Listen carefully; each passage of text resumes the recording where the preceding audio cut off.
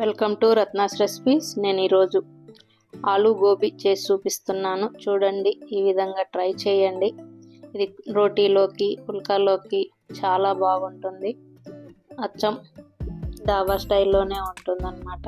చాలా సింపుల్గా చేసుకోవచ్చు. ఇప్పుడు చేసే విధానం: స్టవ్ వెలిగించి బాండిల్ పెట్టుకొని అందులో ఆయిల్ వేసుకోవాలి. ఆయిల్ వేడయ్యాక ఆవాలు, జీలకర్ర, పచ్చిమిర్చి, కరివేపాకు వేసుకోవాలి. అవి అట్లా ఫ్రై అయ్యాక చెక్క, మొగ్గ, బిర్యానీ ఆకు వేసుకొని ఫ్రై చేసుకోవాలి. అలా ఫ్రై అయ్యాక ఉల్లిపాయ ముక్కలు వేసుకొని కలుపుకోవాలి. అట్లా కలుపుకొని బాగా ఉల్లిపాయ ముక్కలు, పచ్చిమిర్చి అన్నీ బాగా ఫ్రై అవ్వాలి. అట్లా కలుపుకుంటూ ఇప్పుడు మూత పెట్టి మగ్గించుకోవాలి. ఉల్లిపాయలు త్వరగా మగ్గుతాయి. ఎట్లా మళ్ళీ ఒకసారి మూత తీసి కలుపుకోవాలి. కలుపుకున్నాక ఇప్పుడు అల్లం వెల్లుల్లి పేస్ట్ వేసుకోవాలి. అల్లం వెల్లుల్లి పేస్ట్ హోమ్ మేడ్దే.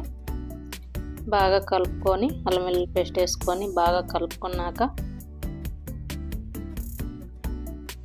బాగా ఫ్రై అవ్వాలన్నమాట. అల్లం వెల్లుల్లి పేస్ట్, ఉల్లిపాయలు ఇవన్నీ అట్లా ఫ్రై అయ్యాక కారం,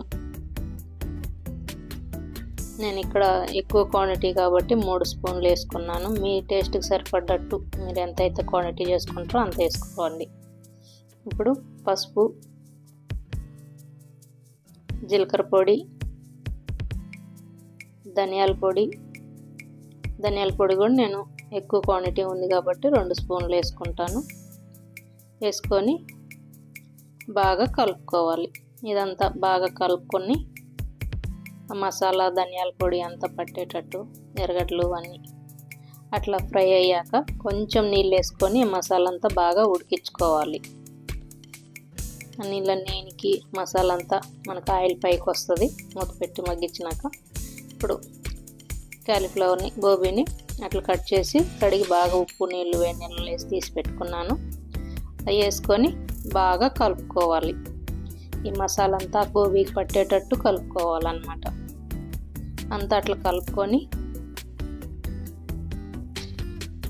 మళ్ళీ ఇప్పుడు మూత పెట్టుకొని మగ్గించుకుంటూ మళ్ళీ ఆలుని కూడా అట్లే కట్ చేసి కడిగి పెట్టుకున్నాను. ఇప్పుడు ఆలుగడ్డ ముక్కలు కూడా వేసుకోవాలి. ఒకసారి గోబీని కలుపుకొని అడుగంటుందా లేదా చూసుకొని ఇప్పుడు ఆలుగడ్డలు వేసుకోవాలన్నమాట. ఆలుగడ్డలు వేసుకొని బాగా కలుపుకోవాలి. ఆ మసాలా అంతా పట్టేటట్టు అంతా కలుపుకున్నాక ఉప్పు రుచికి సరిపడా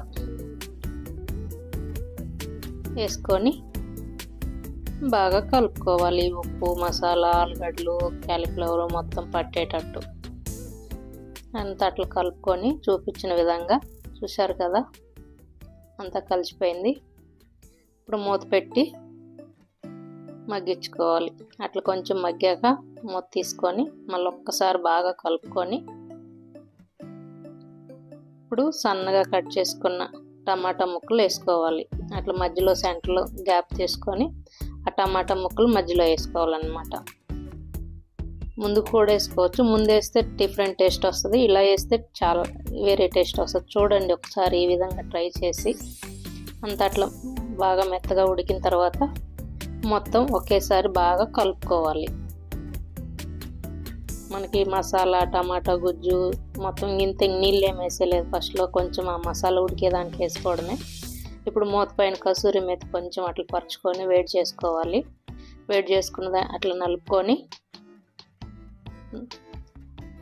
కూరలో వేసుకోవాలి. కూరలో వేసుకొని బాగా కూరకు పట్టేటట్టు, మనం నీళ్ళు ఏమి వేసింది లేదు, ఈ టమాటా నీళ్ళు ఇదేనమాట. అప్పుడు ఫస్ట్లో కొంచెం మసాలా ఉడికేదానికి వేసింది.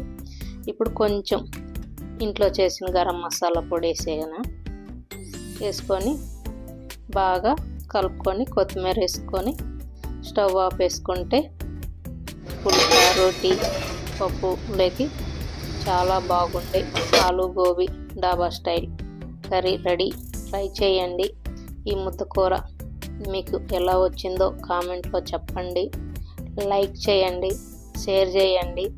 మళ్ళీ రేపు మరో వీడియోతో మీ ముందు ఉంటాను. Thank you. బాయ్.